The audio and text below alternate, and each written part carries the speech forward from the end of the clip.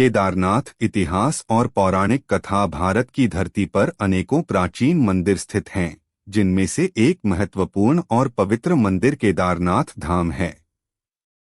उत्तराखंड राज्य के रुद्रप्रयाग जिले में स्थित यह मंदिर हिंदू धर्म के 12 ज्योतिर्लिंगों में से एक है और चारधाम यात्रा का एक प्रमुख केंद्र भी है।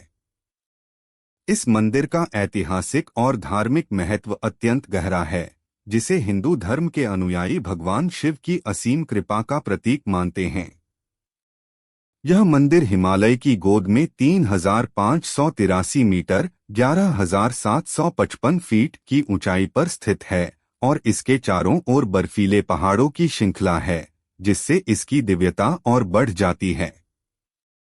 केदारनाथ मंदिर की यात्रा और दर्शन कठिन होते हैं, लेकिन श्रद्धालु इसे अपनी आस्था की परीक्षा मानकर इस कठिन मार्ग को पार करते हैं। इस लेख में हम केदारनाथ के इतिहास, पौराणिक कथा, मंदिर निर्माण, प्राकृतिक आपदाएं और इसके पुनर्निर्माण की विस्तृत जानकारी प्रस्तुत करेंगे। केदारनाथ मंदिर का पौराणिक इतिहास। केदारनाथ मंदिर का उल्लेख अनेक हिंदू ग्रंथों में मिलता है, जिसमें महाभारत, स्कंद पुराण और शिव पुराण का विशेष योगदान है।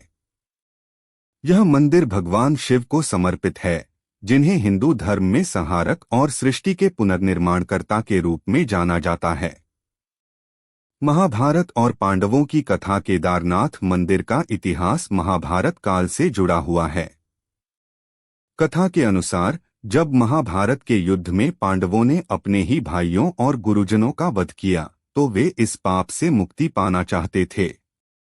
उनके इस पाप का प्रायश्चित केवल भगवान शिव ही कर सकते थे, इसलिए वे भगवान शिव की खोज में हिमालय की ओर गए। भगवान शिव पांडवों से नाराज होकर उनसे छिपना चाहते थे, इसलिए वे एक बैल महिष का रूप धारण कर केदारनाथ में छुप गए। पांडवों ने जब उन्हें पहचान लिया, तो भगवान शिव भूमि में समाने लगे। तभी भीम ने अपनी पूरी शक्ति से बैल की पीठ को पकड़ लिया, जिससे भगवान शिव का शरीर 5 भागों में विभक्त हो गया।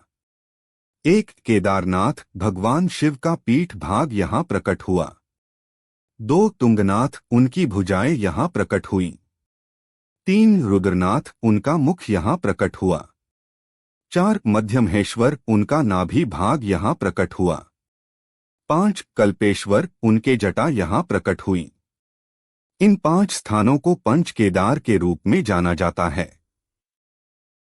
केदारनाथ मंदिर में स्थापित शिवलिंग बैल के पीछे के हिस्से के रूप में पूजनीय है। पांडवों ने यहाँ पर एक मंदिर बनवाया और भगवान शिव की उपासना की। केदारनाथ मंदिर का ऐतिहासिक विकास। इतिहासकारों के अनुसार वर्तमान केदारनाथ मंदिर का निर्माण 8वीं शताब्दी में आदि शंकराचार्य ने करवाया था। वे सनातन धर्म के पुनरुद्धारक माने जाते हैं और उन्होंने 4 धामों की स्थापना की थी। कहा जाता है कि आदि शंकराचार्य ने इसी स्थान पर समाधि भी ली थी और उनकी समाधि केदारनाथ मंदिर के पास स्थित है। इस मंदिर की वास्तुकला कत्यूरी शैली की है, जिसमें बड़े बड़े पत्थरों का उपयोग किया गया है। मंदिर की दीवारें बेहद मजबूत हैं और यहाँ की जलवायु को सहन करने में सक्षम हैं। मंदिर का गर्भगृह और सभा मंडप पूरी तरह से पत्थर से बने हुए हैं। केदारनाथ मंदिर का उल्लेख कई ऐतिहासिक दस्तावेजों और यात्रावृत्तांतों में मिलता है। प्राचीन समय में यह स्थान केवल साधुओं और स्थानीय निवासियों द्वारा ही देखा जाता था, लेकिन बाद में यह स्थान संपूर्ण भारत में प्रसिद्ध हो गए। केदारनाथ की भौगोलिक स्थिति। केदारनाथ मंदिर मंदाकिनी नदी के किनारे स्थित है और चारों ओर बर्फ से ढके पहाड़ इसकी भव्यता को और बढ़ाते हैं। यहाँ की जलवायु अत्यंत ठंडी होती है और सर्दियों में भारी बर्फबारी के कारण मंदिर के द्वार 6 महीने के लिए बंद कर दिए जाते हैं। इस दौरान भगवान शिव की मूर्ति को ऊखीमठ में ले जाकर पूजा अर्चना की जाती है। केदारनाथ तक पहुंचने के लिए गौरीकुंड से 16 किलोमीटर लंबी कठिन चढ़ाई करनी पड़ती है। वर्तमान में हेलीकॉप्टर और खच्चरों की सुविधाएं भी उपलब्ध हैं, जिससे तीर्थयात्री आसानी से यहां तक पहुंच सकते हैं। केदारनाथ में आई प्राकृतिक आपदाएं। 2013 में उत्तराखंड में भयंकर बाढ़ और भूस्खलन आया, जिसने केदारनाथ क्षेत्र में भारी तबाही मचाई। मंदाकिनी नदी का जलस्तर अचानक बढ़ गया, जिससे हजारों तीर्थयात्रियों की मृत्यु हो गई और मंदिर के आसपास की संरचनाएं नष्ट हो गईं। हालांकि इस प्रलयकारी बाढ़ में केदारनाथ मंदिर चमत्कारिक रूप से सुरक्षित रहा। विशेषज्ञों का मानना है कि मंदिर के पीछे स्थित एक विशाल चट्टान ने जल प्रवाह को रोक दिया, जिससे मंदिर को कोई बड़ा नुकसान नहीं हुआ। इस घटना के बाद सरकार और विभिन्न संगठनों ने मंदिर क्षेत्र का पुनर्निर्माण किया, जिससे आज यह स्थान फिर से भव्य रूप में श्रद्धालुओं का स्वागत कर रहा है। केदारनाथ यात्रा और श्रद्धालुओं की आस्था। केदारनाथ धाम की यात्रा हर साल अप्रैल या मई में अक्षय तृतीया के दिन शुरू होती है और दीपावली के बाद भैया दूज तक चलती है। इस दौरान लाखों श्रद्धालु भगवान शिव के दर्शन के लिए यहां आते हैं।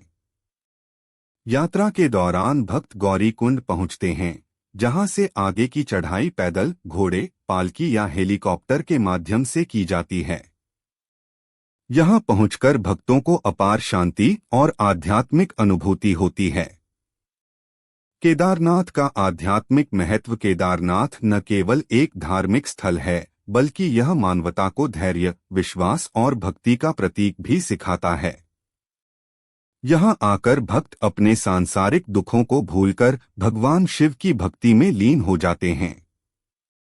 भगवान शिव को भोलेनाथ कहा जाता है, क्योंकि वे अपने भक्तों पर जल्दी प्रसन्न होते हैं।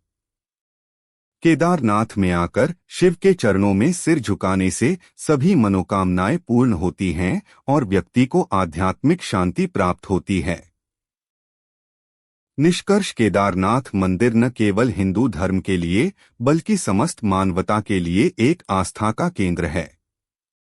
इसकी पौराणिक गाथा, ऐतिहासिक महत्व और प्राकृतिक सौंदर्य इसे एक दिव्य स्थल बनाते हैं। यहां आकर हर श्रद्धालु अपनी आत्मा को भगवान शिव की भक्ति में विलीन कर देता है और अपने जीवन के वास्तविक उद्देश्य को समझने का प्रयास करता है। भगवान शिव के आशीर्वाद से केदारनाथ युगों युगों तक बना रहेगा और श्रद्धालुओं को आध्यात्मिक शांति प्रदान करता रहेगा। हर हर महादेव। कपाट खुलने से पूर्व 27 अप्रैल को ओंकारेश्वर मंदिर में भैरव पूजा का आयोजन होगा।